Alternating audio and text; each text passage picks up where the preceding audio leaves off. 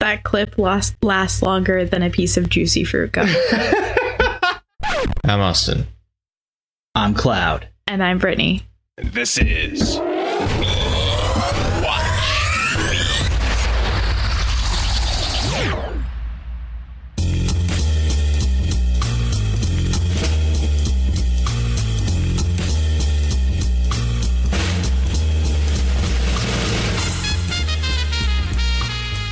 This week's movie is Once Upon a Time in Hollywood. Once Upon a Time in Hollywood is a 2019 comedy drama film directed by Quentin Tarantino, starring Leonardo DiCaprio. How can I screw up Leonardo DiCaprio's name? Starring I'm sure Leonard there's somebody Nimoy. in this movie whose real name is Leonard. Yeah, well, they're not on the main list, but there may be. Starring Leonardo DiCaprio, Brad Pitt, Margot Robbie, Emile Hirsch, Margaret Qualley, Timothy Olyphant, Austin Butler, Dakota Fanning, Bruce Dern, and Al Pacino, and narrated by Kurt Russell. How about a plot synopsis? All right. So we've got Leo DiCaprio. He is an aging TV star, and Brad Pitt as his stunt double, which wasn't really believable at first, but you kind of get into it after a while, I guess. He records shoots on movies, I guess, and meanwhile his stunt double has nothing to do, so he goes out, picks up a hitchhiker who turns out to be part of the Manson family, and craziness happens until we get to the end of the movie, where instead of killing Sharon Tate and her friends, the three people of the Manson family go and try to attack a very tripped out Brad Pitt. And get wrecked. Oh, they get so fucked. It's great.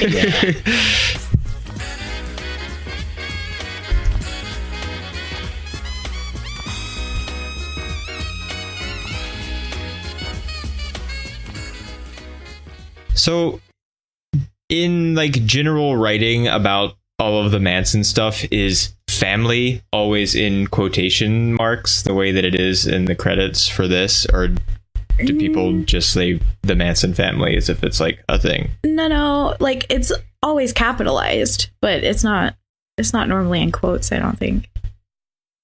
Okay, there we go.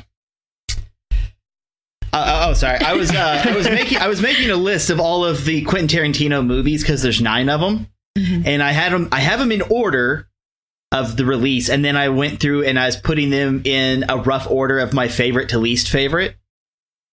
And so, shouldn't you save this for another time? Well, it's just the thing is you had Reservoir Dogs, Pulp Fiction, Jackie Brown, and I thought Jackie Brown and Reservoir Dogs were in reverse order. No. And so I'm like, okay. And so I didn't remember no, Reservoir Dogs. The rest of them I remembered. Which I tried to explain the plot of to someone the other day, and I said, I think crime happens and they just talk about it. Which one? Reservoir Dogs? Yeah. Yeah. I was thinking Jackie Brown is not about that. That's not what happens to Jackie Brown. I mean, that's kind of, to a certain extent, that's at least some portion of pretty much any Tarantino movie, is that crime happens and people talk about it.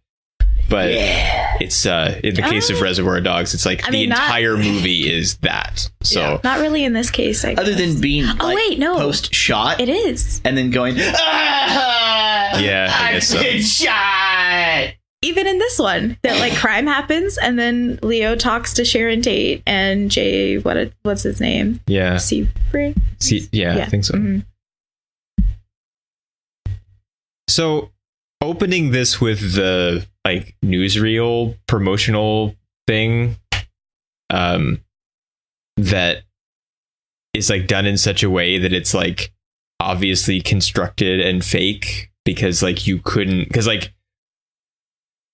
there's a camera that's straight on of them being interviewed, and then there's a camera straight on of the guy asking the questions, and there can't be both, because you would see one from the other. Yeah. And so, and the way they would do those, and the way they still sort of do sometimes now, although not as much, because you generally don't show the people asking the questions, is that he did that all in he did that first, but usually before they were even there to talk to, and he would just ask the same questions that he was going to ask, and then you would just shoot them the whole time with him behind it, And it's just like, it's such a like fake artificial Hollywood thing to do.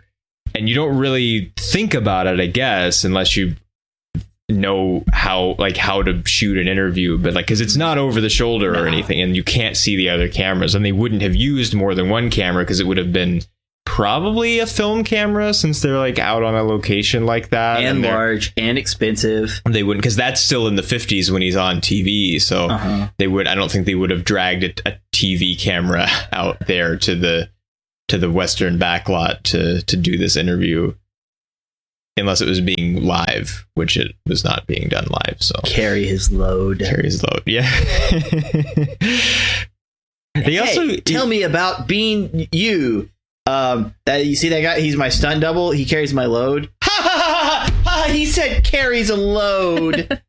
He also gave himself a really like interesting thing to just put in the trailer and explain kind of what was like who two of the main characters are, and not have to do it specially for just the trailer. So this is a Tarantino movie. It is. Oh, yes. It is. And there are things about it that are. I don't think anyone's going to dispute that. But there are things about it that feel sort of different than it has a different things tone, that he's done before. I think. At least for parts of it. Yeah. Well, I think once we get to like the end, it feels very Tarantino. Yeah. But then, so in a lot of the rest of it, it has a different kind of feel. Well, the little circles that I converse with movies about, that was one of the things that was mentioned, is whenever you'd go see a Quentin Tarantino film, something really bad happens and you get excited for it. And everybody sat and watched this movie and enjoyed the movie, but like in the back of their head, they're all just waiting, like, when's it going to happen? When's it going to happen? When's it going to happen? And it's not until like the very end. And then they still enjoy it. It's just the whole structure feels different, even though the individual parts still kind of feel the same. Yeah, and he did a lot of like suspenseful things that I feel like he doesn't normally do. Like every time it kind of showed some of the members of the family, it would play like creepy little music in the background, or like the tone would shift just a little bit to make you realize that something is like creepy about them. Well, he does seem, I think, to be doing, he's making a movie about older Hollywood, and he's largely doing it in an older Hollywood kind of style. So he is doing more of the underscoring the emotion with the music, and which, because he often doesn't, he does do what he usually does, in that most of the music is actual music rather than score, but there is some score, and usually it's used in the like in the creepy or suspense kind of moments, which are really effective. Like when Brad Pitt is out on the ranch and like you don't know whether the guy is still alive or not, or like what if they're gonna like try to kill him if he finds out too much. And that's the weird thing. I knew the guy was still alive because like I already know a lot about like the Manson murders and stuff, but like that's one of those things that kind of makes it weird. Is like, if you're driving down the road and you have something that you're not supposed to have, and a police officer pulls you over, they always tell you just be cool, man. Just be cool. And like none of them are being cool. No, they're like, so we're bad just at being like cool. It's every single one of them is just a huge red flag, and it's just like why? Like what exactly are they hiding? If the guy, he says like, I'm here to visit George, and like George is there and he's alive, just go visit George. They're like, oh yeah, like he's blind and shit, he probably won't remember you, but yeah, he's back there taking a nap. Yeah, they get him in and get him out. They do so much keeping him away that it seems like there must be some reason he can't see him, probably because he's dead, or like they're Weekend at Bernie's seeing him or something, and there's just nothing. There's nothing to actually hide, and so, but they do so much work to hide something that they don't have to hide, and make him really unnecessarily suspicious. Well, I think Tarantino wants us to think the answer to why did they do this unnecessary stuff is that they're fucking hippies. Like that's the answer. It seems like every time like they were mentioned, it was always, Well, that's just the I mean, that's the time, though. Like, go and watch an episode of Dragnet and see how much they dislike hippies. So, do you know what the true meaning of this story is? Killing hippies brings people together. Because that's literally what ends up happening. Because he's kind of washed up and he's like afraid of what's going to become to him. And then he has this amazing scene and people are like, this is the best acting we've ever had. And he becomes revitalized by it. And he becomes a spaghetti Western dude. And he busts out the motherfucking flamethrower. And then it's just like he kind of rebuilds himself and he's like, you know what? I think I'm done. And he gets home and the hippies attack and he lights one of them on fire. And he's like, hey, I used a skill. This is awesome. I could put this in a book. And then like the neighbors are right there who are supposed to be like the super famous directors. And it's just like my chances of ever mingling with these people were like 0 until I killed a hippie. Mm-hmm. And now being like, yeah, I roasted this bitch with this flamethrower. And everybody's just like, yeah, come on in. Let's get a drink. Let's drink. It's like almost 1 o'clock in the morning, but it's all right. You know, we killed hippies and bonded over it. It's Hollywood. They stay up late. Yeah. Except the wife who suffered from extreme jet lag. Yeah. Well, what is Italy? Like 15 hours different or something? It's probably heavy. Although I don't know, like they both have been living there for 6 months too, so they should be time zone adjusted. But I guess they're just being drunk, so it doesn't matter. And then in the case of Brad Pitt, drunk and tripping. Yeah. See, I was almost afraid that it wasn't actually an acid dipped cigarette. It was going to be something else. And then like, oh, he hits it once and goes for the walk. And then you see the hippies and I'm like, okay, no, like the cigarette's just acid, but he's going to be fine. Yeah, which he floats in and out of where he's like, he isn't really sure exactly what's going on, and then he has enough cognitive things function to control the dog. Yeah, and he can click at the dog, and which dog attacks are scary. Oh yeah, like, it's like really scary, but like so fucking satisfying to see those particular people torn to shreds. Hippies being torn to shreds. No, I'm talking about 3 like convicted murderers who are sitting in prison right now, alive. Like that lady got her face like caved in. Oh yeah, like caved in like that. Like her nasal passage. Yeah, he caved in. Chunks the dog food at her. Yeah. Nasty. She became the dog food in person form. One might call that a pulp fiction. Have you been saving that up? A little bit. I don't know. You might could have found a better place to put it. Maybe, but I still got to say it, and that's all that matters.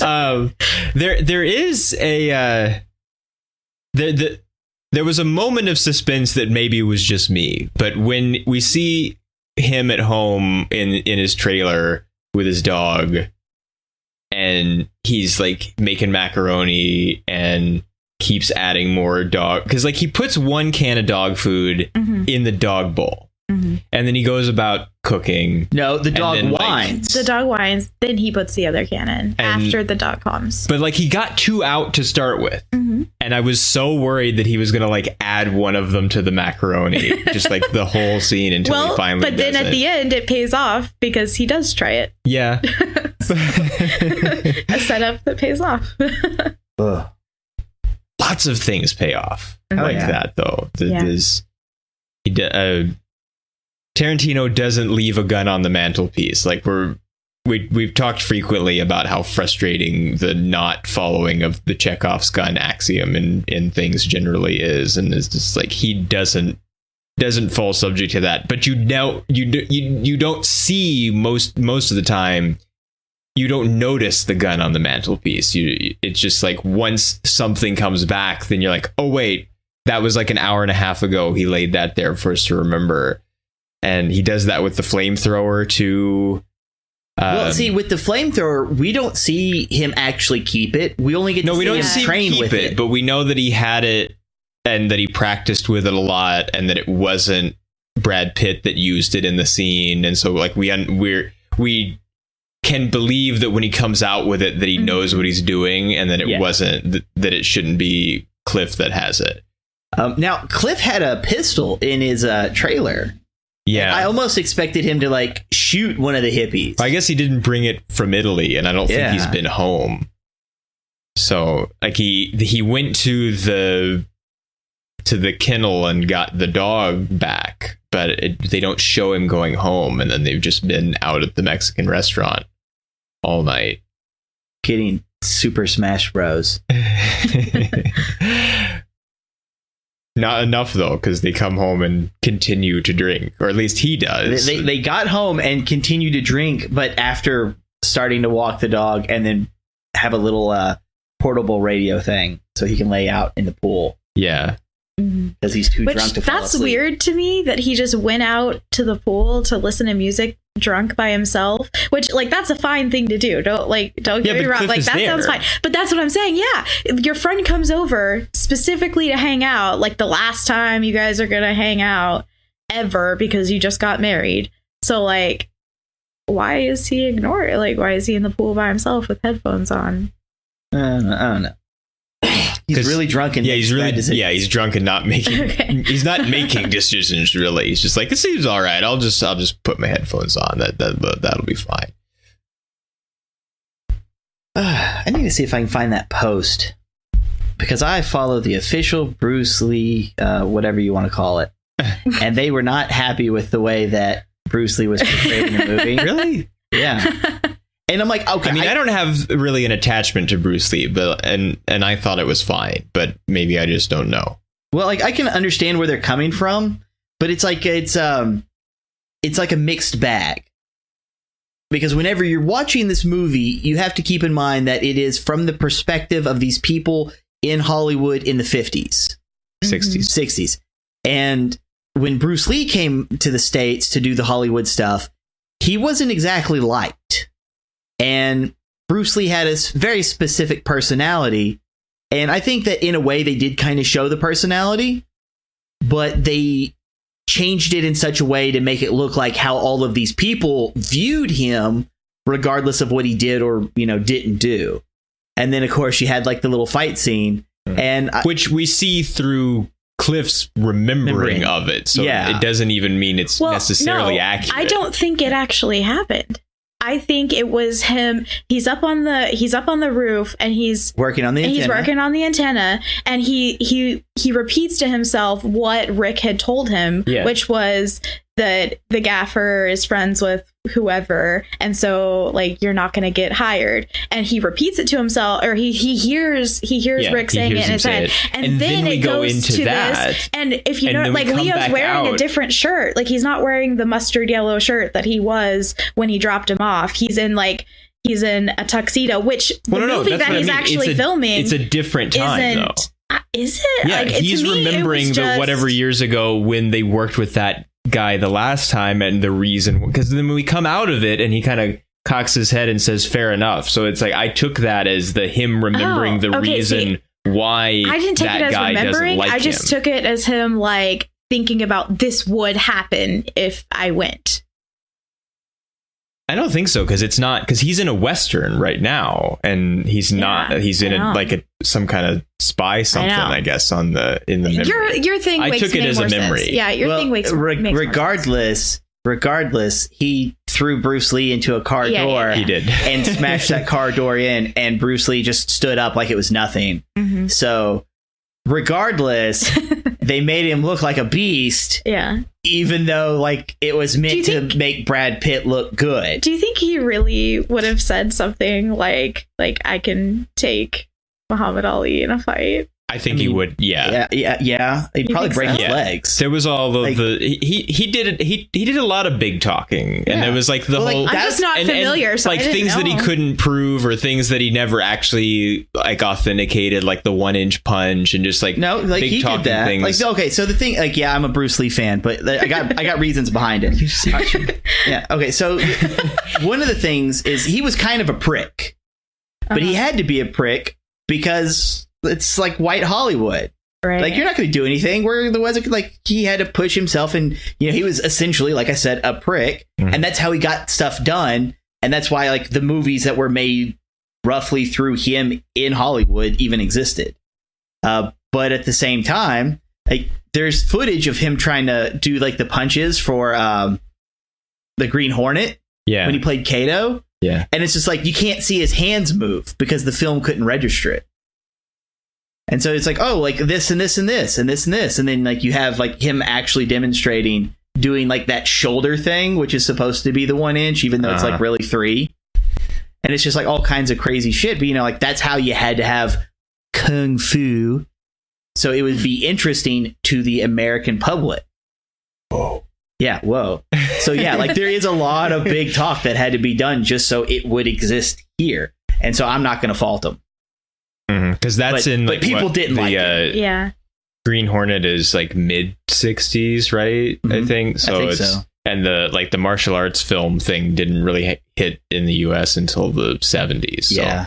And then like that's why we had like Kung Fu with David Carradine. Yeah, which is like mid 70s, I think. So. I think it started in 77. Yeah. And ended in 79, I think. Because I have the whole collection and I love that damn show so much. Yeah, because it is just like three years. And like that's a show that Bruce Lee made that he was supposed to be in, and they're like, hey man, you're too Asian for this. Wow. And we're gonna get David Carradine because he's only like half. But then again, Kill Bill. Yeah, it's still a Tarantino connection. That I think I've mentioned it before, but since we're here, I think that is my favorite scene in anything Tarantino is in the second part of Kill Bill, where she's at the house and the sandwich. Yes. David Carradine is just making a sandwich and he's really calm, but he's so threatening and scary, and he's just like the way that he moves his hands making the sandwich is like so methodical. It tells you so much about like how so much about the character, and it's just like watching, and it's a long monologue. A lot of it is in long takes. I think there was only 3 cuts before he shoots her. Like when he shoots her in the knee with the truth serum gun, because he's doing all this stuff, and then she's like tries to lunge, and he just pops her like right there. You didn't even see the gun sitting there. Like, that's just how fast he goes through this. It's so good. David Carradine makes a sandwich. Excuse me, I have to go change my pants. Oh my god. And if anyone complains that it's just David Carradine doing the exact same scene from Iron Circle, that's the point. That's the point. It's the same actor playing the same instrument, sitting in the same position at the same kind of thing, set up because David Carradine was also in a movie called The Iron Circle, which it's like an old martial arts film that's really obscure, but like there's like a really important scene of him sitting there like playing and being like, oh, like I am one with the world, and then Quentin's just like, oh, this is a good scene, I want to incorporate this so I can have the characters, you know, have some me time together. I mean, that's something that Tarantino gets accused of a lot, is just like lifting things from other things. But I mean, he does. But he admits that he does. Yeah. Like he says like, hey, I think this is a cool thing. I'm going to like add it to my thing with other cool things that I thought of. And so I don't know. Like he admits that he doesn't steal secretly. No, I'm not saying that he steals it or anything, but it does give all of his movies a little bit of a feel of like teenage boy, like splicing together a mixtape. Like, well, I think it kind of is in a way, because he just like, you know, much is made of his like working in the video store.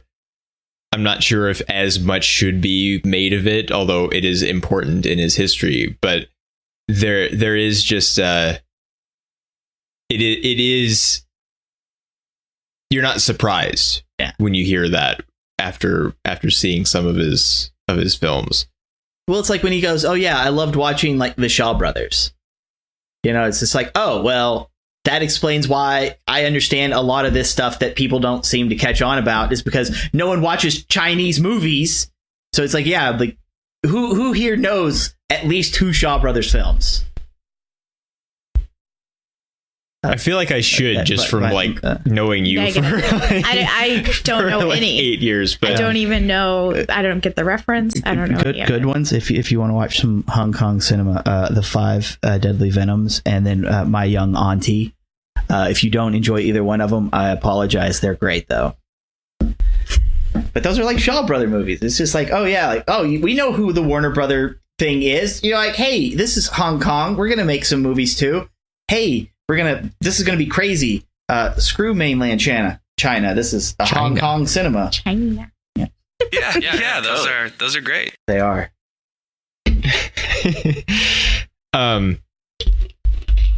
So I feel like you. I don't remember. I think it was. Oh, it doesn't matter. Somebody mentioned his big acting scene. Yeah, it was me. And we have to talk about evil, sexy Hamlet. Yes. Oh my god, it was amazing. I couldn't stop laughing. All right, who's the guy that was the one of the main characters from Take Him to the Grease? Take Him to the Greek? Yeah, Russell Brand? Right. Yeah, it's kind of what it reminded me of. It's just like, sexy evil Hamlet? Yeah. I can see it. Oh my god. It's like they're like sitting sideways and pulling the leg up. I'm like, that's something I expect from that guy. It's like, well, he could have said like vampire Hamlet, which would be I guess so, but evil. I think that may be too early though. Yeah, well, I mean, because you have what did we have for vampires at this point? Because we had British films. We had, yeah. I mean, because we had. You have the you had Nosferatu. We had the Christopher Lee. Yeah, we did already have him in Dracula. You're not going to be like, sexy Dracula. He's not sexy Dracula. Like he's going to be, I'm going to murder you for like the Queen Dracula because it's Christopher Lee. And even today, that guy is so metal for Queen and Country. Well, it's just like my favorite Hamlet. Like my two favorite Hamlets ever are David Tennant and Kenneth Branagh. So like calling either of them like sexy evil Hamlet and just picturing what that would be is really funny.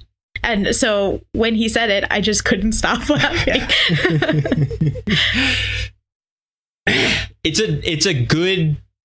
It's a good acting note though, because like you understand what he wants from that like right away. Wait, but like you can picture what he wants. Well, I don't know, maybe not exactly what he wants, but you can it gives you a picture of something you can try and see if that's what he means. It was good because he said, give me more sexy evil Hamlet. And the second he said it, you're like, oh my God, that is what he's doing. Yeah. Well, and all of the shooting of that, like the time we spend in the making of the pilot is so really great because it's so good. It's mixed between just watching it through the camera and then production things happen and we don't stop. Yeah. So it's just, and sometimes we come out of it, but mostly we don't. Especially when he's sitting at the table with Timothy Oliphant and like there and he forgets his lines and so it just rolls back. Oh, it's so good. Yeah. That was amazing. Which they're like working on this pilot. Like that's for 1969. Like there's a lot of elaborate stuff happening for a TV pilot in that time. It's got to be good so we can get greenlit. Yeah.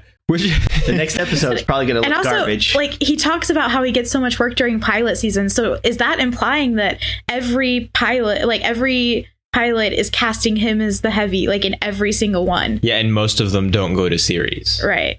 Well, not every, because there's usually like 50 or 60 pilots in a season in Hollywood, even at that time. That would be something great, is like a collection of pilots that were never turned into series. There is actually, a lot of them are really hard to come by because, especially older ones, because they didn't get saved. I still would like to see the pilot of Fox Force 5 from Pulp Fiction. Yeah. Mm-hmm.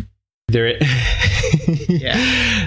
get on it. Well, he should do it. He should do it like they should do a Grindhouse 2, and that should be his half of it. Which also, did you notice that in order to make this the 9th film by Quentin Tarantino, you have to count his half of Grindhouse, and count Kill Bill as one part. Yeah. So like that, he's like confirming that those things are real, even though the whole bloody affair he's still continually not putting out, and it's really frustrating because it's been like almost about to come out on DVD for like 7 years and it still hasn't come out. I know, like every time I see like an advertisement for it or like an update on like some website being like, hey, you like stop. Do not tell me this is gonna. I will. When I see it, I'll buy it. And like, get that out of my face. Like, there was a long time where like I didn't watch Kill Bill for like a long time because I was like, I want to like not remember stuff and watch it in the way that it was supposed to be. And then we had to do it for the show because it got pulled out of the fishbowl, and it's just like it continually didn't come out. That and sucks because I rewatch both parts of Kill Bill like once every 6 months probably. It's still been a while, so. And like people, and then when it comes out, I'm buying it. Like, so people have seen it. Like, he road shows, like he travels it around of like film festivals and does road show showings of it. He's got like a big 70mm print of it or something. Okay, so I don't know what the whole bloody the whole bloody is, like, so it's the version when he made Kill Bill. It was too long. It was one piece, and things were, and it wasn't just like you can just butt them up against each other and it's the same. It's not. Things are in different order. You find out things at different times. The transition between the time periods of the first and second movie is different and happens in a different place. And essentially, it was too long. He had to cut it in half, and then he decided to rework it so he'd have two separate movies to tell the story. You watch the first one, and it didn't spoil the second one. Right. Okay. He did a good job. It teases you at the end of the first one, which is a thing that doesn't happen in the version that we were supposed to see. I feel like he could have put it out now because it's only like the fourth thing. Doesn't it come right after Jackie Brown? Yeah, I think so. So, although even by then he was still Quentin, but I guess there hadn't. That's four. It's much more common to have long movies lately, I guess, and people will, because there was this wisdom in Hollywood that was just like as bogus as like people don't go and see movies with colons in the title, or like all of the like other bogus superstitions and rules that studio heads have that just usually are not true, because they came out of, we made a movie that had this particular factor in it, except that didn't have anything to do with it. It just actually wasn't very good. And we can't justify, like, in order to justify why it failed, they just pick a thing about it. Or like they remember like, oh, that movie failed and it had this thing about it. It was really long. It had a colon in the title. It took place in space, or like there was something about it that, then they remember, and so they think, well, we can't do that again because that was in this movie that we did that failed. And it's like the Pixar syndrome. It's like Toy Story comes out, there'd been a run of not very good hand animated movies, and so then the studio thinking was, people don't want to see hand animation anymore, they only want to see computer animation. And then they put out a bunch of bad computer animated movies, and people still didn't see those either. So, but it was just like, the thinking is always trying to back into something that's already a thing, and it's never true. But so for a long time, if a movie was over 2 hours, nobody's going to see it. Theaters won't book it because they can't put enough showings of it, and no one will sit through it. And then I guess it's probably Peter Jackson, maybe, that has a big thing to do with it in the early 2000s of like putting out long movies. And although he still cuts them down, like they're still very long in the theatrical version for movies generally, but then he always has the like, no, it's really this long. So much better. Like even King Kong is like 20 minutes or 30 minutes longer, and it's like, which I felt it was long enough in its regular version. Do you want to watch Lord of the Rings? But 12 hours later. Hell yeah. The answer to that question is always yes. But you know, and now Marvel movies come out and they can be 3 hours long, and everybody's fine, and they still, you know, make $1.5 billion, and you know, kids sit through them because it's just like it doesn't matter. Like a movie that's 45 minutes long can be unbearably long if it's not good or it's not interesting. And so it's not how long a movie is, it's whether it's good. Because like I didn't look at how long this was. I knew it was long, but I didn't look at the exact time. And like almost then seeing like it's 3 hours something, 45 or something. Okay. So it is close to 3 hours. 241.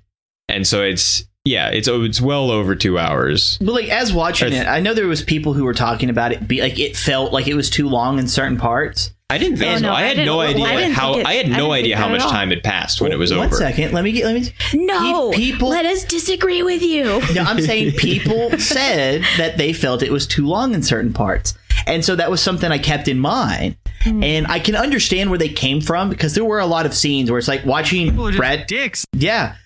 Watching Brad Pitt drive, like I like that. But also, that's a making a movie in the 60s thing. Exactly. Like if you watch watching them drive the whole thing and making the turn, even though it's not important. But that's in the movies. You can do this badly. You can do the beginning of the opening of Birdemic. Yeah, because that is it's long, it's driving, it serves no purpose, it's bad. But then you can do something like this. But even if you watch the older James Bond movies, there's a lot of he walks across the hotel lobby and you watch him walk across the hotel lobby. It's not like he comes out of the elevator and then you see him outside the way that it is if you do now. He walks across the lobby. And they're not even interesting shots. The camera is in place and it doesn't even move. And you watch him do all of this and it's but I kind of miss that things just sort of happen, this sort of you can go too far either direction. You can spend too much time on things, or you can make a Michael Bay movie, and you can do one or the other, and somewhere in the middle is probably best.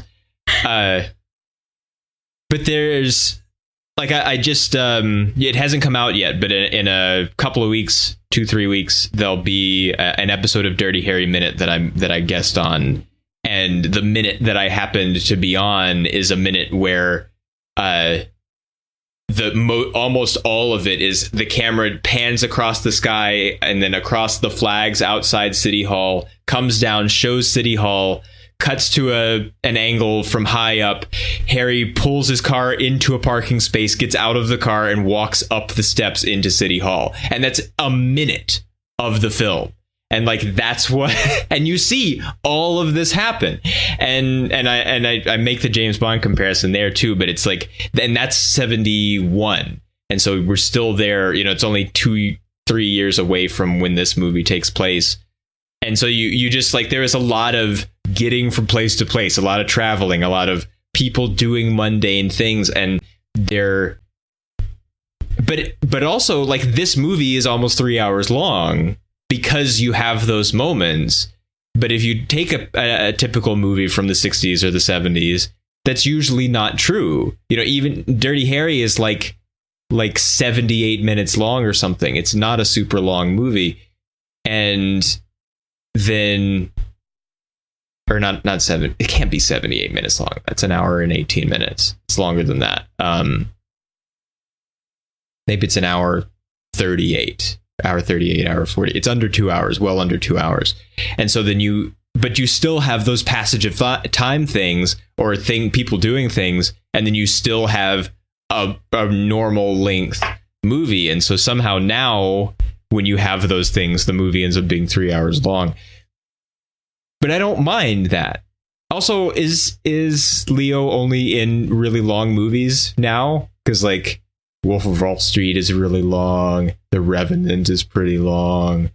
Or is it just that there are big movies that he's likely to be in or likely to be long? Yeah, now? I think so. And I think I just saw something that said that he was cast in the next Scorsese thing. Which will be 2.5 hours at least. Which will be really long for sure. So could be. I don't know. I kind of feel bad for him though, because whenever he finally got his Oscar, and it was for The Revenant, it almost felt like it was just a handout. Bro, we know you've been trying every year, just take it. And then this movie comes out and I'm okay, see, this is something you would. I thought he deserved an Oscar for Wolf of Wall Street. Yeah. Wolf of Wall Street. He's amazing. Seriously, yeah, but see, that's the thing. Is he was in it and then he didn't get it, and then it was The Revenant. And I'm not saying The Revenant's bad. I still enjoyed it. But comparatively, he deserved the award just for the dance move that he does. That's in all of the trailers, where he does the sideways wave and then the body roll in it too. It's so good. Well, and in this, there he's on that I guess like American Bandstand type show or something. And there's a moment that's in the trailer that's not in the movie, because he in the trailer he does this kind of like really goofball like up in the air Cabbage Patch kind of thing, and he doesn't do it in the movie in the part that we see of it. And so I wonder if they filmed the entire song. Oh, I hope just so. In case they want to see it.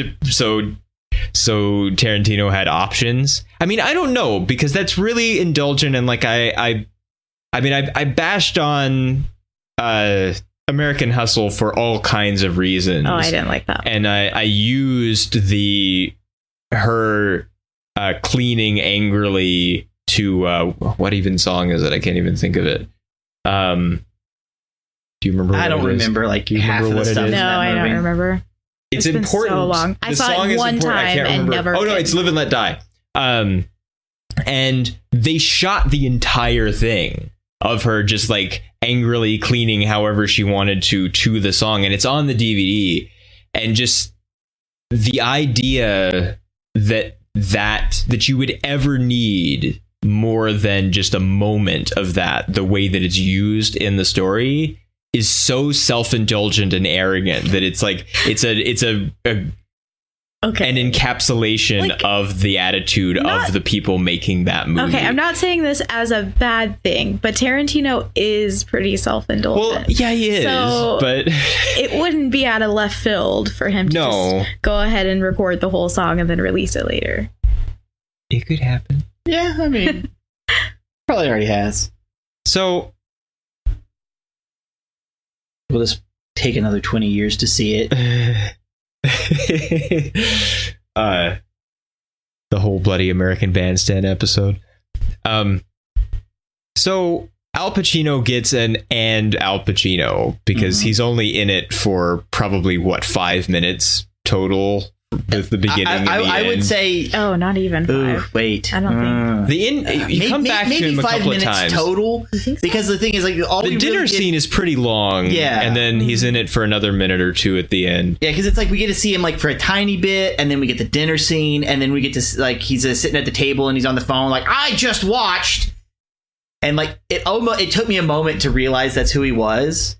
Really? Yeah, like because at first like you only get to see him for like a tiny little bit, and then it's like, like when he first appeared, I was like, wow, he looks so familiar. Who is this guy? It's us. Oh, and then I thought maybe it was not me recognizing the face, but it was me like somehow recognizing the name, and I'm like, so who is this? Like a big shot like producer he was a real guy? producer. Yeah, I'm like, well, maybe I remember him from that. I don't know. And then later I realized. Well, that's one of the things I do enjoy about like the Tarantino films is the I'm just gonna call them cameos, because if you have less than 5 minutes, it might as well just been a cameo.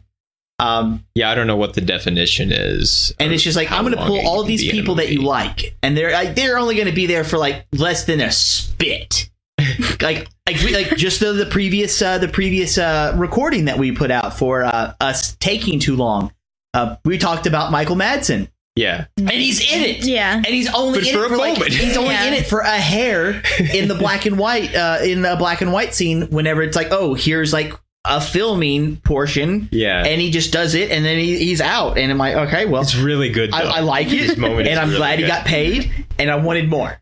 Mm-hmm. Like, I even like Michael Madsen's like terrible we're trying to make a spin-off series here character that he's in like for 5 minutes in Die Another Day, like where he's Halle Berry's CIA boss. Like, I like Michael Madsen in things. Yeah, like it just makes me happy to see him. But so you don't have like Kinney's like Al Pacino EKG when he comes on screen. From the Kurt Russell bit. I was like, hey, it's Kurt Russell. And then it's just like, oh, is that? And then he narrated it too. He was in it and he narrated it. Like, why did he narrate it? I'm not complaining. No, it was great. I'm just saying, like, of all the people, I would not have expected it to be Kurt Russell, especially because he did play a character. Right. You know, if it was like Samuel L. Jackson doing it, I probably would have jissed my pants, had a seizure, a heart attack, and like defecated myself all at the same time. Which he's not in it. Yeah.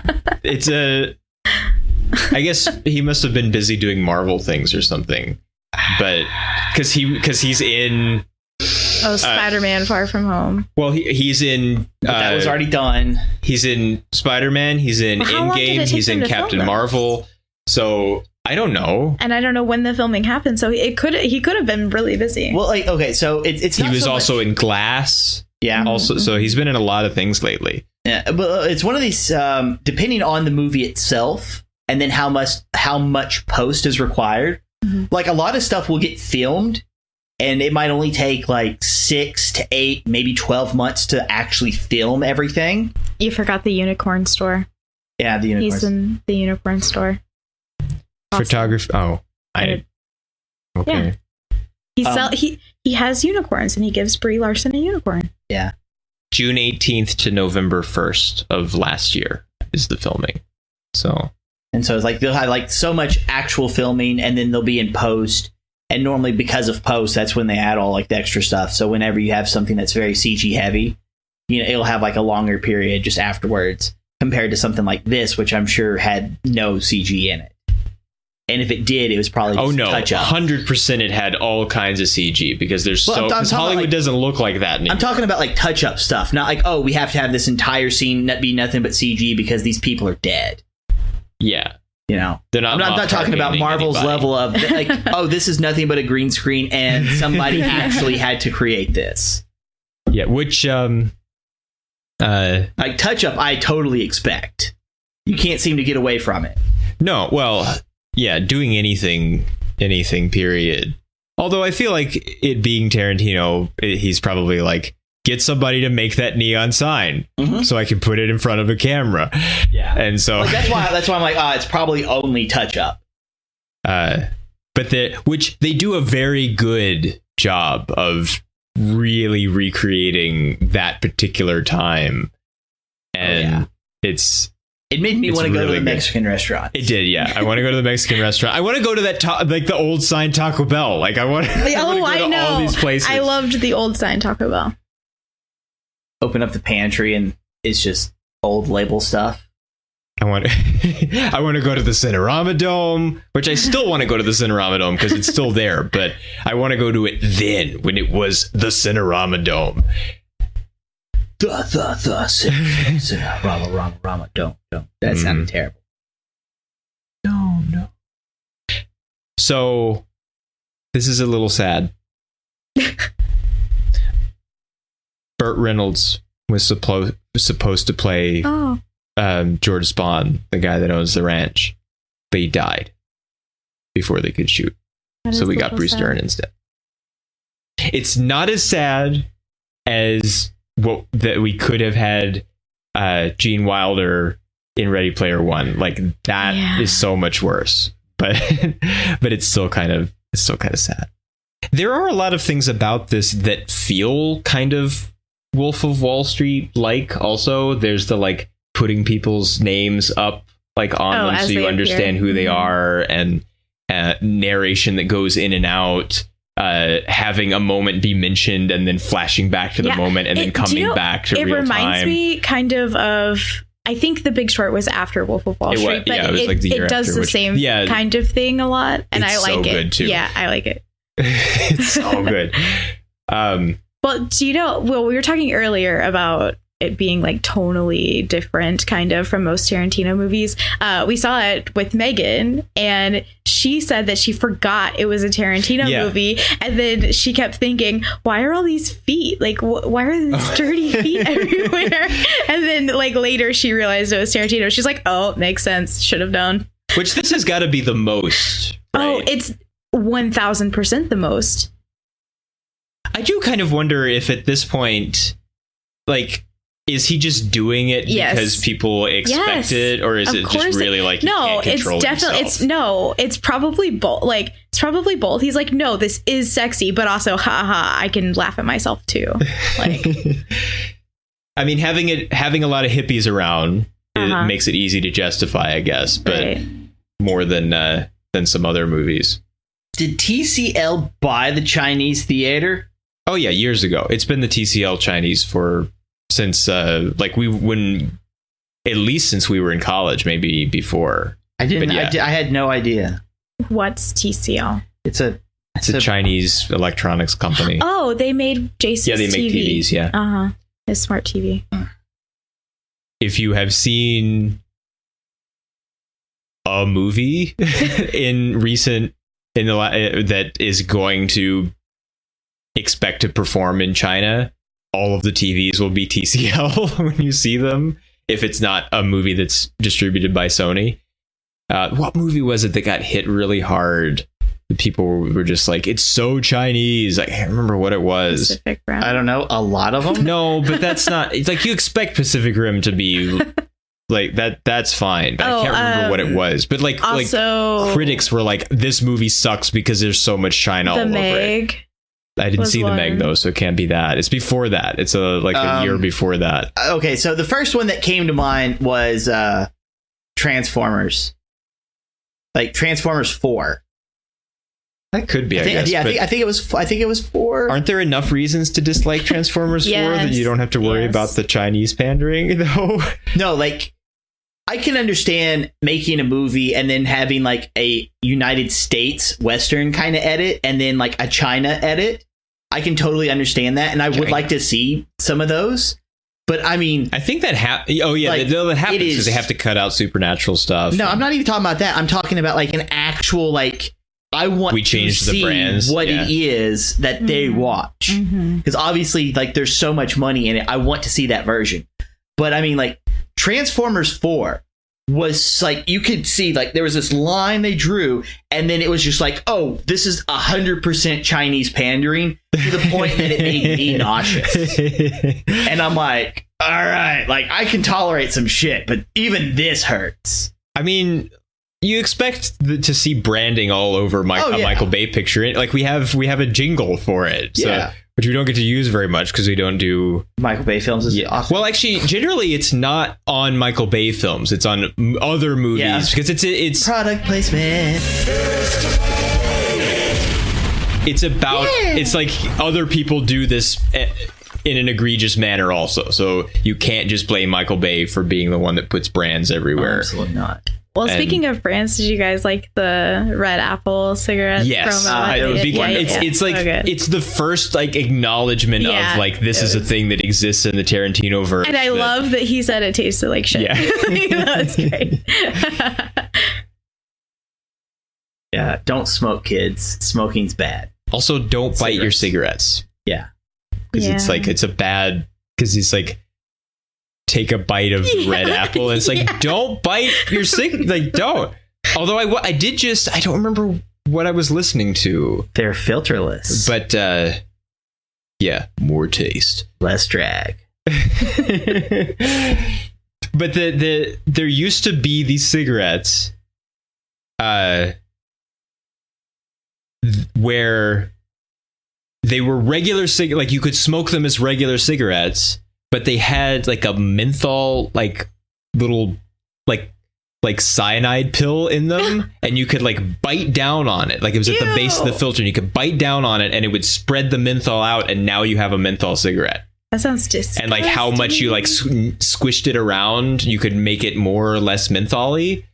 And but if you didn't want to menthol that particular cigarette, you could just not break the pill thing in it and just smoke it as a regular cigarette. I love how you compared it to a cyanide pill.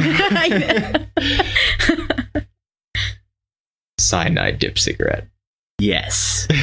Is acid yellow, or is it just like dyed yellow so you don't confuse it with other cigarettes? I don't know anything about acid or like drugs, or at least in every portrayal of acid dip things, it's yellow. Now his I'm on acid and alcohol scene is much more subdued than Leo is on Quaaludes. Oh, I was gonna say Nick Cage and Mandy. Oh, well, no, like that. Oh, yeah. But would you want that? Like you want to get to the end of Mandy and he's just like, screw it. I'm getting real drunk and real high and killing everyone. Like that's what you want. You want him to go Rage Cage. But Rage Cage. That's a thing now. Well, I mean, you have like Raging Cajuns, like it's I'm just pulling a syllable off, but the like you want it I guess it's a different thing than like you have Ridiculous Cage and you have Raging Cage. And so like there is some things that you want. And I don't want that to happen with Brad Pitt in this. Like, sure? I want him to, it's better for him to remain calm and still just kill everyone than I think to go just like flying out the window crazy. And it's so subtle though. Like you just see and there's a story he sobers up and you can see it in his eyes whenever he focuses. Yeah. Because he's doing the little like, and he didn't smoke the whole thing. No, he only seemed to take like one hit before he and that's when he walked off. And you don't see him continue to smoke. So either he smoked the entire thing before he finished walking the dog. Yeah, because we cut away from him for a while, and so we don't know what happened. But you can like see it where he has like this goofy look in his eyes, and then like he focuses, and like the camera's so clear on him that you can watch his eyes just kind of like narrow. Yeah, and then right then he makes the sound to get the dog's attention, and it attacks the guy, and like the whole thing is just like he's still high. But he's focused. Yeah. Well, and he's for sure still drunk. Oh, absolutely. That doesn't wear. Like, I don't know how long it takes to come off of one puff of an acid cigarette, but at least enough to think about it. But I know, like, if you drop acid, it's like several hours usually. But I don't know. I've always wondered why, like, all of the like things that different verbs that accompany different drugs, like I think are really interesting. Like, why do you drop acid, but you hit this and you smoke that, and like you shoot this? Like we came up with all of these different. Like I understand some of them, like you shoot this because you actually put it in a needle, but but like other times it's not necessarily that. And just the like 50 different things you can call a joint, and just like. Well, I think it's called drop acid because there is a drop, like when you take acid, and that's like when it hits, much like the bass drop, like the bass. Or the bass. Yes, drop the bass. It's my one of my favorite things is that image, and it's hard to find too because like you can't just search for it because it's spelled the same as bass, and so it's really hard to find. And it's covered up by so much new stuff that's constantly being put out. Yeah, but. And like Brad Pitt can be real silly. Like he's real silly and funny. Like Burn After Reading and so to have him just like toe the line, but also like he's assume real silly and Inglourious Basterds. Oh, well, he is. Like, yeah, he is too. Buongiorno. But see, that's not like I'm being silly. That's like I'm uncultured silly. It was. So I still enjoy it. No, I mean, it's like him as an actor being silly, not like his character being silly. Enjoying the shit out of himself. Yeah, he's having a good time. Brad Pitt always seems like he's having a good time when he's acting. I don't really care about the French, but I hate the Nazis more, so I'm going to have some fun with this. Which then we have him like attack a Nazi thing in one of his movies in like a totally non-historical way. Oh, yeah. And so it could be like it actually almost would have been fun if it would have screwed up him using the flamethrower later, but it would have been fun if you could see him instead of Leo in some of the shots just because they did bad stunt work. And so like sometimes you could tell it was Brad Pitt. And so just like really tie it into him fighting Nazis, but in a different context. But they didn't do that. No, but I'm going to play this here, even though this is not the normal structure, but it's been a long time since you've had one. But hang on. Wait, so going off of that, I did really like that they used in like the Wrecking Ball and all of the stuff with Sharon Tate. They used Sharon Tate. They didn't use Margot Robbie. So like that was. Oh yeah, they didn't. Cool. They didn't do what they did with The Great Escape and like put him into it. Yeah, which they did a really good job of. It looks really, really clean and convincing. That's some CG right there. Yeah. But I'm going to play this because I want to tell a story, and it might as well be one of these because we haven't had these often enough lately. The ultimate limited extended 20th anniversary Extreme Collector's Diamond Edition, wrapped in its all new Millennium Limited Edition edition special collector's case on Blu-ray, on special edition DVD, on video and Pioneer Laserdisc. Only for a limited time.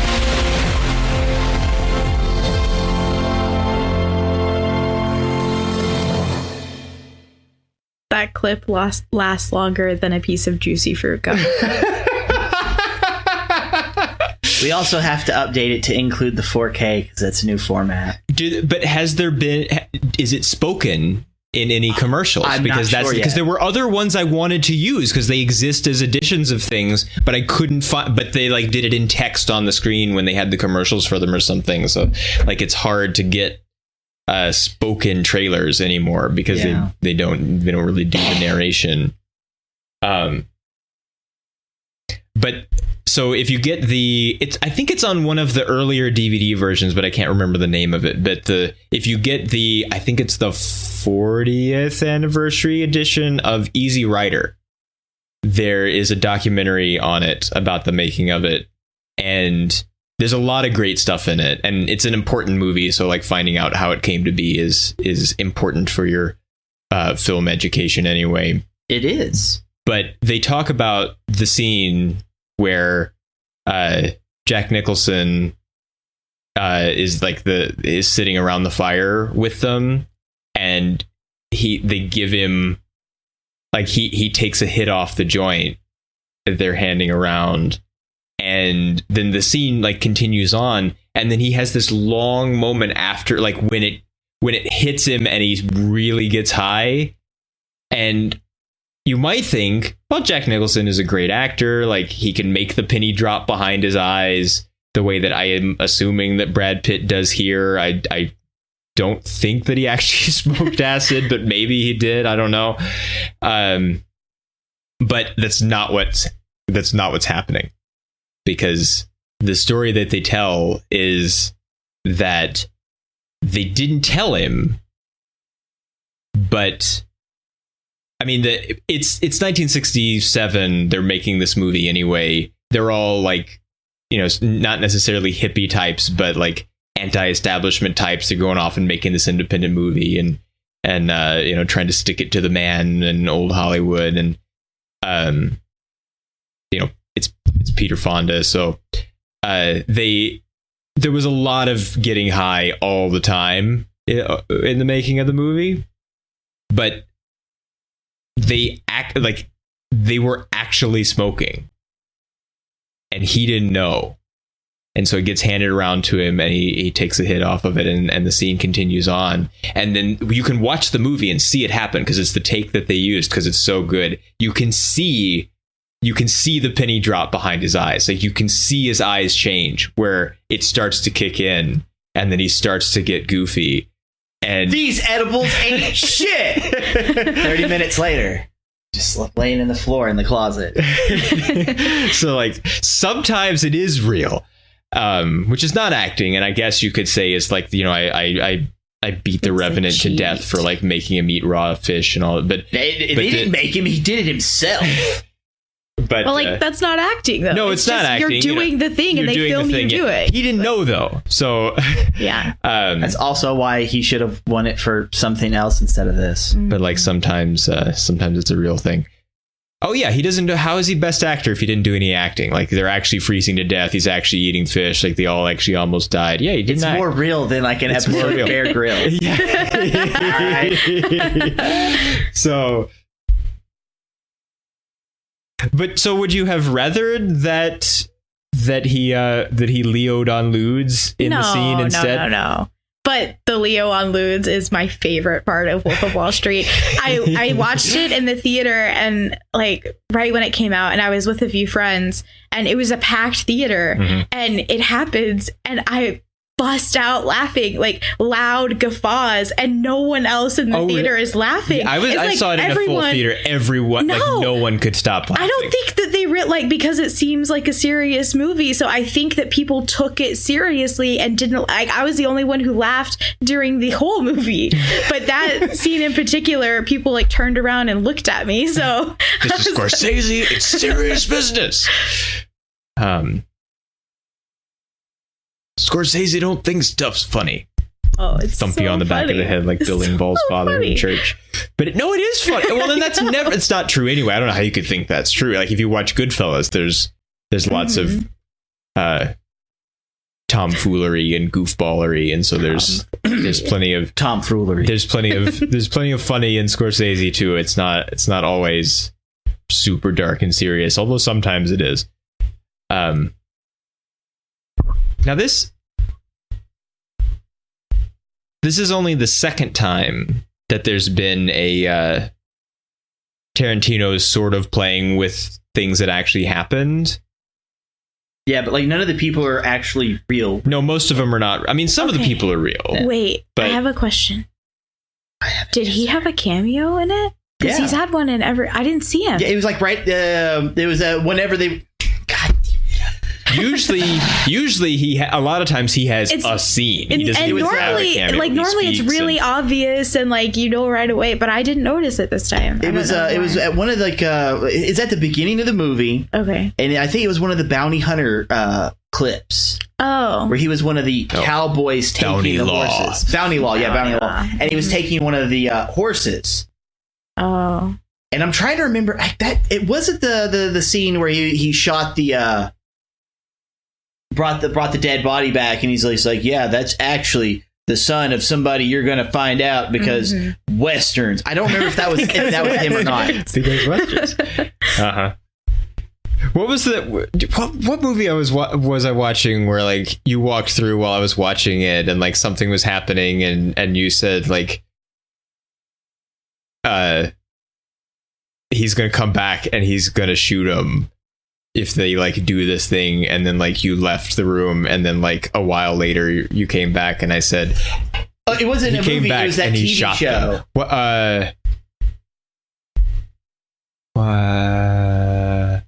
It wasn't when I was watching Maverick, was it? I don't think anybody gets shot in that episode. I don't think it was Maverick. I mean, the only thing I remember directly was the episode that you were watching where the guy comes into town and then like I think it was the bank owner cheats. Yeah, that was the only one I watched. Recently. Because it was like before that. It was before that. Like I think it was like almost like the day before that. It's like they're gonna get shot again, and then like I come back through, and guess what? It happened. They did it, and he shot them. I can't think what it was. It was something else Western though, wasn't it? Yeah, because like they took the horses and it's like anytime someone is mentioned and they and a character. Oh, it was Chisholm. Yeah, it was John Wayne. Yeah. Ah, that's right, and it was a movie. Yeah, because there was actually some color, and it, like choose Chisholm. Well, it's a terrible name, but he's going to kill you. It was on VHS in its original Technicolor version. The sleeve tells me so. A sleeve wouldn't lie. And it was shot. It was shot in 4:3 anyway, so you're not losing anything. Yeah. Not that VHS can contain the color spectrum of real 3-strip Technicolor, yes, but there was a lot of that in the like middle VHS era. There's one of the anniversary editions of The Wizard of Oz, which I have, is on like, and it actually has like the cover opens and the like a book folds out on the front of it. It's pretty neat, but it's the like in its original Technicolor version, it says on it. So there was a lot of that, like, we're bringing out this old stuff and we're going to say it's the way that it originally was, but it's on VHS, and so it's the best we can do. Except it's not, because Laserdisc was a little bit better in certain ways. Has a little bit of blur though, because of the I can't think what the reason is. Nobody cares Laserdisc, like the big one? Yeah, right? the big one. Yeah. Oh, well, that's the biggest problem with it, that it was big. Well, I mean, that was a problem, yeah. But people had record albums. Like, it's no worse than that. No, the problem is you have to flip it over every, like, 35 minutes. So, like, that's the problem. Yeah. Or 45. Well, it depends on what speed they were. There were two different ones. This may be unpopular. I don't know. But I don't think that Leo does very good accents. I never like his accents. I liked They always sound put on and artificial. Was good. You didn't think this was a good Missouri accent? Not really. Okay, so my stepbrother lives in Cassville, Missouri. Okay. Yeah. Okay, yes. So my brother lives in Cassville, Missouri, and he sounds a lot more pronounced than Leo, to the point where like you would think he was exaggerating it if he were being filmed. Well, I know people like that in Texas too. Like you listen to them and you think like this is a caricature. That's fake. Yeah. Like no one. If you didn't know them as real people and you just saw somebody doing it. But I mean, he did have some of the same like markers that my stepbrother has. Give out. I don't know. Like I can't really say too much about accents because I am from Arkansas, and sometimes I have an accent. Depends on how recently you visited your family, and then sometimes I don't. That's not what it sounds like. I didn't say it was. Yeah, because like I'll be spending time in Florida. And like I don't know. Every time you would go home for Christmas, like you would come back and your accent would be up like 3 notches for like a week, and then it would come back down. Yeah, and so Austin just told me when I got back from from the funeral in Louisiana that I have like 2 levels of my accent there are 2 that levels. I switch off like normally. Yeah. So like when you called when you were down there, and it was like the first day, like it was like I was like, whoa. That's the most accent. That's the most of the accent that I've ever heard. Because like you do a little of it when you're talking to your mom, especially, or like some other with certain other people. But there's a second level when you're there. Yeah. Mm-hmm. It went away right away when you came back, though. Yeah. It didn't really take time to wear off. Just let me get drunk and then you can hear it again. So that doesn't happen that much, though. Like no, I don't drink very often. No. I mean, like the accent doesn't come. Oh, it does normally. I think I've probably said before, but I can hear my accent that I'm like not doing most when I say the word accent. And I've never been able to like get it to stop. Like I can't like I can hear your accent the most when you say things like we might could do that. And like because it's the same kind of thing that my dad says. He says we might could do that. And it's just the particular tone in your voice too when you say we might could try. Okay. I know I say used to could, and that's something dialect that's dialect that you called attention to, but I don't know if I can help with this. Like there's like nothing. Do we need help? I don't know. I don't know. It's like, we need help. What's to really add? Like I say y'all. That's you all. That's a conjunction. Like it's a contraction, not a conjunction. I thought a conjunction. A conjunction is and, words. But, or. Okay, yeah. Okay. It's a part of speech. It has been like 23 years since I've watched Schoolhouse Rock. Since I watched Conjunction. Yeah. What's your function? So my apologies. I will buy the DVD set. Contraction faction. Well, you don't need to because it's all on YouTube.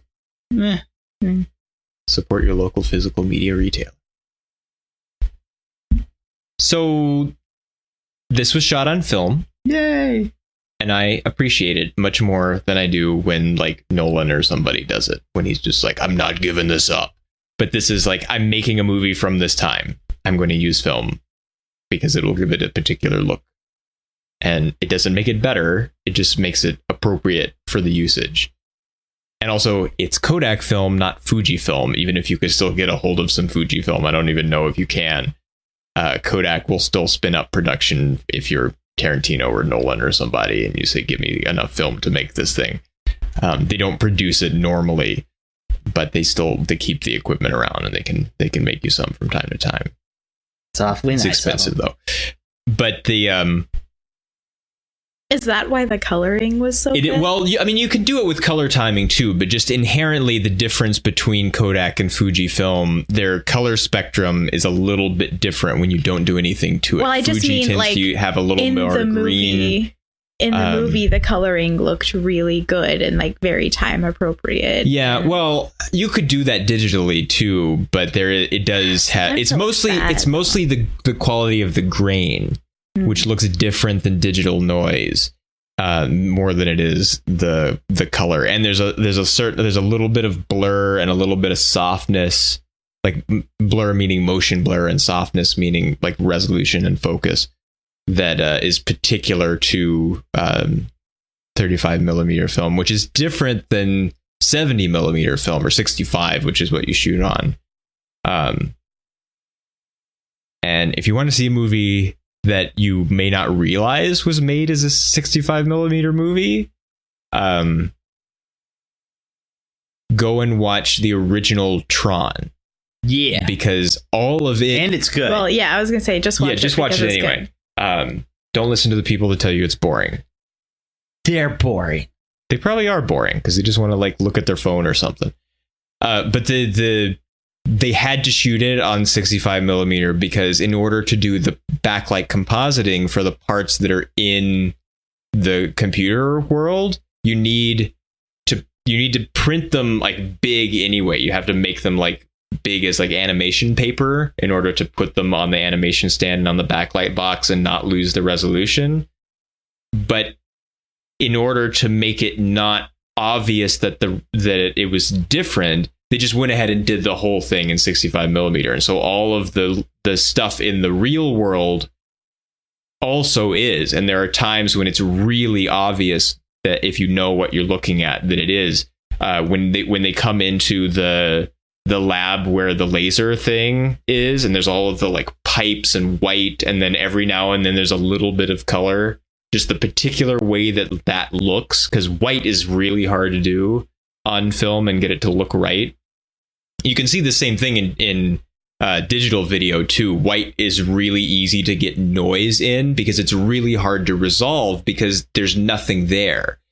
And when you do it on film, if it's like full white, it'll just full expose and it'll be just, there'll be no information there, the same way as it is if it's full dark, if it's below the last f-stop of the film. And you have more range on 65 than you do on 35. And so you can, there's a way that the detail looks and the way that the white exposes and the way that the color looks.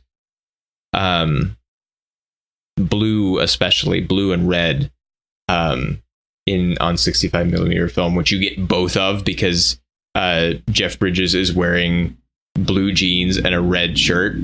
And so like you can see, or there's red in his shirt. I think it's a white shirt because it's the Flint's Arcade shirt. But like you can, both of them are right. And he's walking through white pipes. So there's just like all three things are like, you can just take like any frame from that sequence. And it's, their hard hats are blue too, I think, when they're actually working in the lab at the beginning part. So there is a difference. And I'm surprised that he didn't. I guess it's because it would be weird to do, although a lot of things are being made that way. Although I guess it's a little bit more into the early 70s when they were shooting things to put in the Cinerama Dome, and you had all of the various Scope TM names that everybody was putting out to try to make their same thing special. And ultra unique colors. It was you won't even believe they're real. But it was on 35, except for the parts. I like that they did like the variant resolution, and he was like, I watched a kinescope of you on this like dance show, and then like the quality is different than it looks the rest of the places. And it's so Hollywood of Al Pacino as a producer to be like, I watched this on this particular media. Like, I saw these old episodes of TV on 65 millimeter or 16 millimeter, these old TV episodes in 65 millimeter, these old TV shows in 16 millimeter. And I watched a 35 millimeter print of this movie you were in. And I watched a kinescope of this old TV thing that's really embarrassing. And that he's just like, I watched it this way and that way. And he's just really particular about it, which isn't a thing that ordinary people would say. And the other thing is that this movie like reminds me how much I miss being on sets. Yeah. Also, I can stand by that. As I do.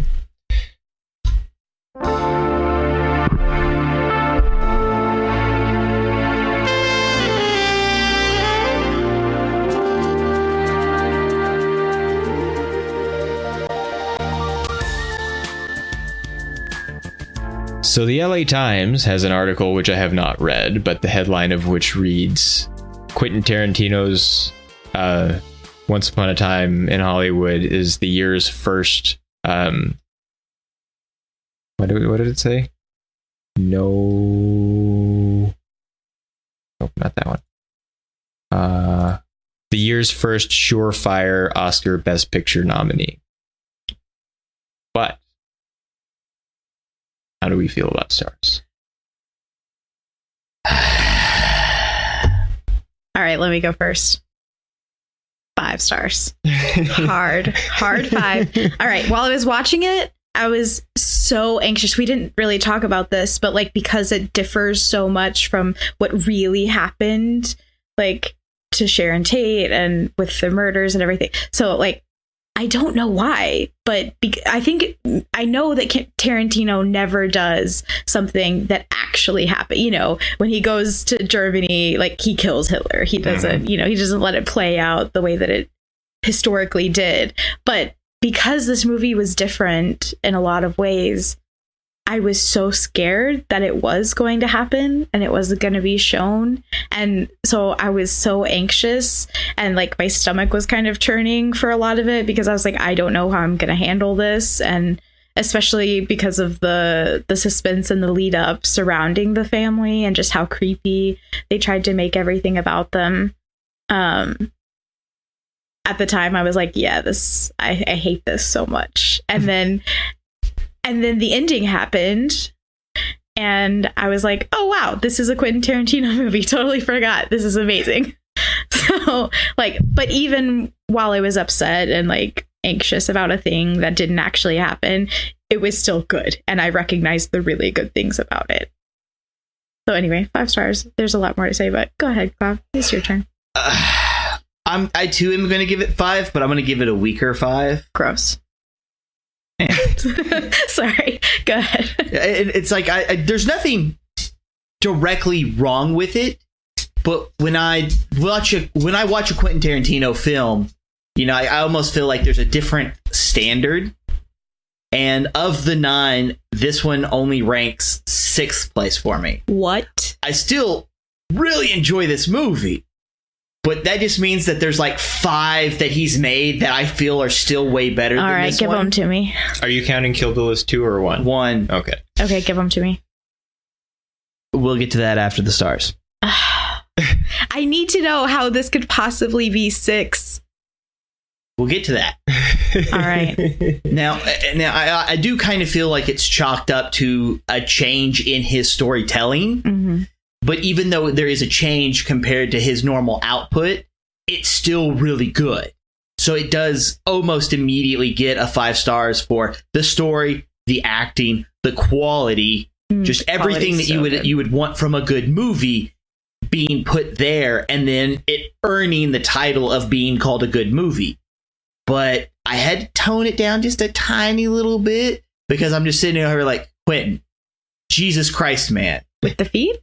No, I don't even care about the feet. The feet don't bother me at all. I mean, as long as no one's like got a really nasty foot and trying to rub it on my face, just like. But right. Like, isn't that kind of what happened though? Because Margot Robbie puts her dirty feet up on the seat, and it's right there in front of our face. Like, but it's not on my face. Oh, it feels like it though, doesn't it? Like the dirtiness of it just makes it feel like it's touching you. I don't know. That was just me, I guess, and probably him too. Yeah. Gross. Yeah. Sorry. Continue. Yeah. But it's that tiny little bit. Like, I'll still give it that 5, and I'm still gonna end up buying this just because I have to. But I'm not gonna be like, oh, I can't. I have to buy it. Like, no, like I'm going to buy it. No, it's not just like, if it's not on the shelf, it's an incomplete collection. Yeah, like I have to. It's like, I still want this. The last but I 2 want seasons of Dukes of Hazzard. Yeah. Like, you just have to have them there, even though they're terrible. And who are these cousins? And yeah. So it still gets 5. It just doesn't get like the mega 5 that's all in gold, and when you look at it, it sucks you in the mouth, being like, "That's right, bitch, I'm 5 stars." It's not that. Okay. It's more like I shot Marvin in the face, 5 stars. I think I pretty much enjoy everything about it. Like, I love the recreation of the time, because of course I do. and just like all of just everything about it just is so like well done and just the way that it should be, even if you didn't know how it should be before it happened. And just everyone in it is so good, because of course they are, and it's just, I don't have any direct issues with it either. And I didn't have the like, I didn't know whether he was going to do it straight or not, but it seemed pretty unlikely. Well, you probably thought about it logically, whereas worried. I was just thinking about it emotionally. Like, how am I going to be able to handle seeing an 8-month-old pregnant, or 8-month-old, an 8-month pregnant woman like stabbed to death? I mean, the baby's 8 months old, sort of. Yeah, I said it wrong, but anyway, but it's fine. Been in there. It's been in the oven for 8 months. Mm-hmm. Talk about being slow cooked.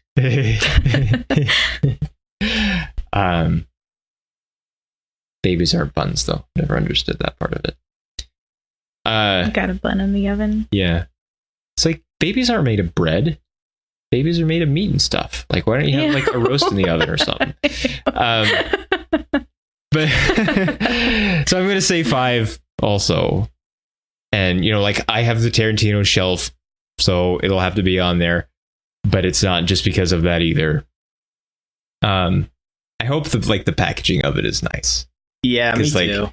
A lot of them, like, there's no good version of Kill Bill. Like, I really hope whenever the Whole Bloody Affair comes out, it's nice. But like the Pulp Fiction one is nice. It slides out, it folds out. It's got like a Jackrabbit Slims menu replica in it. The like Jackie Brown one has like a cigarette burn hole in it, and you can see like somebody's head through it, and you pull it out, and it's the whole main characters, and then it folds out, and like some of them are good. And they did like slip covers of each, like of Reservoir Dogs, where like you could get one with each one of the main characters that has a color name, and but the inside was the same. Those are hard to find. Like it's the 10th anniversary edition is the one that it is. That's easy to find, but finding all of the slip covers is hard. But there's not, like, most of them aren't very good, and it would be nice if it was good. Yeah, the closest thing for good for Kill Bill were the still books. Yeah, but they came way later. Oh, yeah, way later. It's not the initial release. And they still don't even really have good editions. Like, there's nothing on them. Like, the second one has no special... It's really disappointing. Well, like, the closest thing outside of that, it would be, like, The Hateful Eight was the only thing that had, like, anything, I guess you would say, nice on it. And it was like, oh, you got like your normal commentary, and then I think it had like two things of special features, and then like that was it. Yeah, there's not very much. Like, one of them is like, and it had a texture slip cover. Yeah, I have that one. It's like there's a Here's Why 70mm Matters thing on it, but it's only like 3 minutes long or something. It's fun because it's hosted by Samuel L. Jackson, but it's really short. Yeah, and because it's the thing that they put in the front of the Roadshow release to explain to people why you just spent $25 to see this movie. But no, it's with the Samuel L. Jackson bit, because it's just a narration. It probably wouldn't have taken that long to record, like a day, depending on where he was at. Oh, instead of Kurt Russell? Yeah. Like that was my only kind of thing behind it. Right. It's Kurt Russell had a character, so why did he come back? And it would be a way to be like, oh, well, he's busy doing all these other things, but he's here for a narration. But you didn't have to see him because it's just a narration. Yeah, and it's not structural to the story either. It's not like, if you had Al Pacino do it, then you could maybe justify like he's thinking about his career, and so he's describing to us what happened to this actor guy that he tried to give a comeback to. Yeah, but like the Kurt Russell character is like a stunt coordinator guy, so like he's not. Well, I think it's just like, this is a story, like this is the storybook kind of feel, because it's Once Upon a Time, right? And it goes. So, it's there's not much of it. It's mostly towards the end anyway. Yeah. You need a little bit of narration for the storybook feel. Isn't there like one moment earlier? There is one moment earlier, but I didn't know it was Kurt Russell then. Yeah, I didn't realize until the end who it had been. And there are times where you could have used narration where they don't, like to make sure you understand we're in a memory here with the Bruce Lee part, and they don't do anything. They just expect you to follow along. Which there are little details too of like there are copyright dates on the films that Al Pacino is remembering having watched the previous night, and so like you can track where in his career these various things happened relative to the present time, and they're not on screen for very long, so you have to like look really quick. But there are little things like Tarantino's a good director. He is. He's so good. If you didn't know, like, he is. My only question is, who was that Jughead? It's the guy from the pilot episode. Hey, it's like, okay, I have no idea. that's what the businessman called the guy who was supposed to be the hero for the pilot. Oh, yeah, you'll find out his name. Yeah, and then he gets shot. He never found out his name. Okay, bad joke. No, I get you.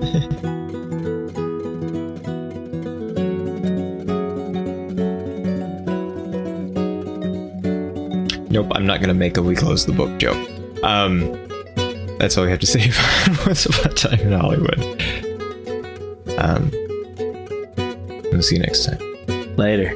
Bye.